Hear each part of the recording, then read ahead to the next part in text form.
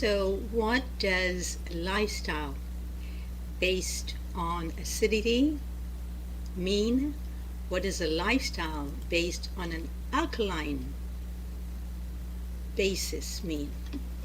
Well, we are either two different sides of chemistry or we're in the middle. Acid, alkaline, alkaline or acid. And we, all of us, waver between this, and life is about creating homeostasis in our bodies. Our bodies are constantly looking to create homeostasis in our own lives as well. And so it's very important when you look at your own life to look at it from a place of acceptance, of love, and of compassion. And acceptance and compassion lead to love. That's why those two are so critical and so important. So whether we're looking to create lifestyle that are very dynamic, here we can be fully involved in what we eat and how we feed ourselves, from growing our own foods to going to the farmers and assisting with them. We can either live lives where we are so involved with the people in our lives and with our food supply that we're constantly feeling in charge and powerful and never alone, or feeling that we're helpless or that everything else is happening without us. We need to take part in our lives. So when we do not take part in our lives, and when we're living a life that's very acidic, it's because we're living a life that's stagnant. What do I mean by a life that's stagnant? So it could mean, amongst many other things, that the main causes of stagnation in our lives are either because of procrastination. Is that you by any chance?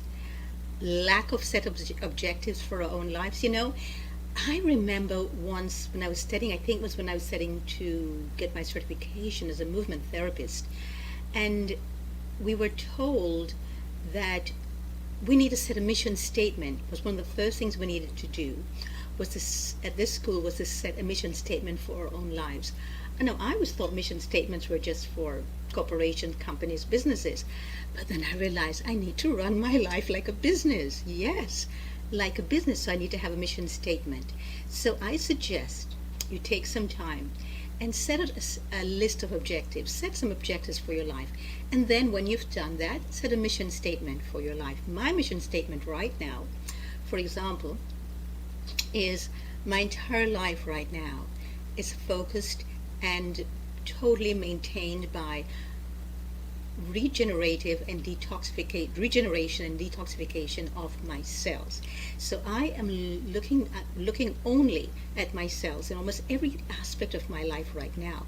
I'm working on a cellular level for cellular detox and cellular regeneration. Why? Because everything happens at the level of the cell. So if there's stagnation in my life, it means that I have a stagnant lymph. My lymphatic system is stagnant. So that creates acidity in the body. So I need to change that. So this is why it's important to do this. So I say set a course of objectives, find out your mission statements, and then see how you play into that. And from that, you begin to set other parameters in your life, and your life takes on an exciting perspective. Right now I'm very excited about what I am doing of my own cellular detox and regeneration. And another main cause of stagnation in our lives is a strong desire for complacency. It's very interesting, complacency. It's easier than doing anything else. It's easier than actually being in charge of our lives. It's easier than the opposite of stagnation, which is being dynamic. So when we're being dynamic, this is what our lives could look like, but doesn't mean you're in motion. You could also be in meditation and being very dynamic, because in truth, everything happens internally. It's what's going on internally that matters. It's what's going on internally that is important. So another cause for stagnation in our lives are self-imposed boundaries. I'm talking about self-imposed. Now, many of these we did not create ourselves, even although they're self-imposed. They could have come from our main caretakers when we were children. If we had parents, they could have come from our parents. Or grandparents, it could come from society at large. Movies we saw, books we read that had tremendous influence on us, songs we listened to, music that captivated us. It could also be intergenerational. It could be that these boundaries are not even our own. We could be bound up by all of these false parameters around ourselves that limit us, and they're not even our own. So they could be intergenerational.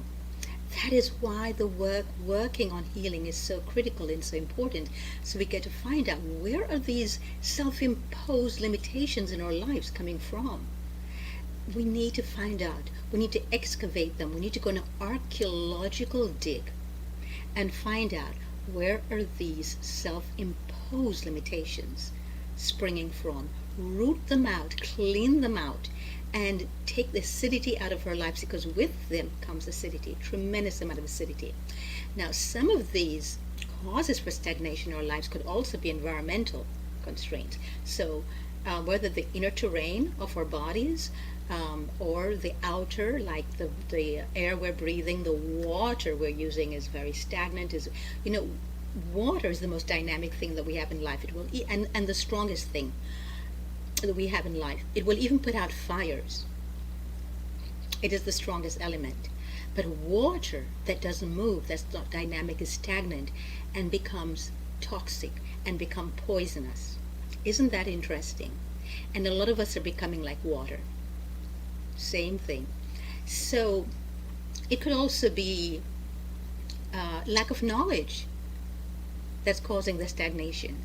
And this is the reason for me doing these little tete-a-tetes Mondays to Fridays at this time on this channel, and they're called Elegantly Raw Tidbits, because I would like to make sure that all the things that to which I have been so treated, and I have been so privileged, that I share them, because to those to whom much is given, much is required.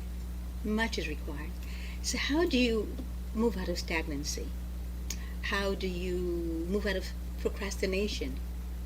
Well, definitely not by beating up on ourselves. When we beat up on ourselves, we only stay more in that realm. We only stay more attached to that. So it's important to just claim that and be aware and acknowledge that that is where we are, because there's a journey we're here from, and it's a journey of growth. We can either grow and excel, or we can be driven by hyped up motivations that are not ours. When we set our goals, it's important to know which is your own authentic motivations and goals, and make them yours. So if you feel uninspired and unmotivated to do any of this, or you just say, oh please, I don't need this, maybe you're not ready. But if you're in a rut and you'd like to get out of the rut, then follow me here, please.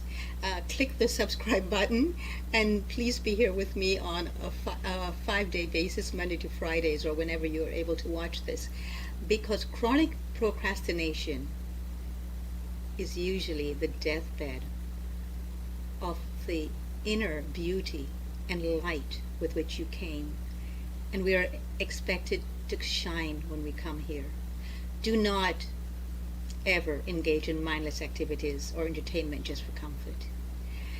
You need to sleep. If you need to eat. But do not do that and do other things at the same time, like playing games, all these electronic games that people play now, and they eat at the same time. If you're going to eat. Otherwise it causes acidity. You have to be engaged mindfully in what you're eating. The same thing goes for you need to avoid people who do that, because with people with whom we associate, who have acidic lives, we end up emulating them without even realizing it sometimes. So if you have a deep sense of feeling that you're living under your potential, you're not living up to your potential, I invite you to follow me here and to start setting up boundaries for yourself and setting up a mission statement for your life. So today, that's the first thing I'm asking you to do, to create the differentiation between a life based on acidity and alkalinity is first to set up a mission statement for your life, and then join me back here again for more as we explore this together and take part in this. I'd love to have a conversation with you. Write in the comments below what your mission goals are, what you intend to do, what your own expectations for you, what you think your own potential is. Do you have the potential to love? Oh, yes, you do. Do you have the potential to shine a very bright light? Yes, you are. Yes, you do. In fact, you are a lighthouse. See yourself as a lighthouse and then begin to set up your life from there. Set up your own mission statement to make sure that your lighthouse is activated. To all the lost ships that are floating around, make sure that your lighthouse is well lit. So join me, and I really think that this is an incredibly exciting journey to be on. It's the journey between finding out what in our life is acidic and what is alkaline. We need to live lives of alkalinity. We need to live lives where we feel inspired, and we know that we have gifts to offer, but first we offer them to ourselves. If you do not offer it to yourself, then to whom are you going to offer it? You cannot offer to somebody what you haven't given yourself, because then you're just depleted. So make yourself shine for yourself today, and see you next time.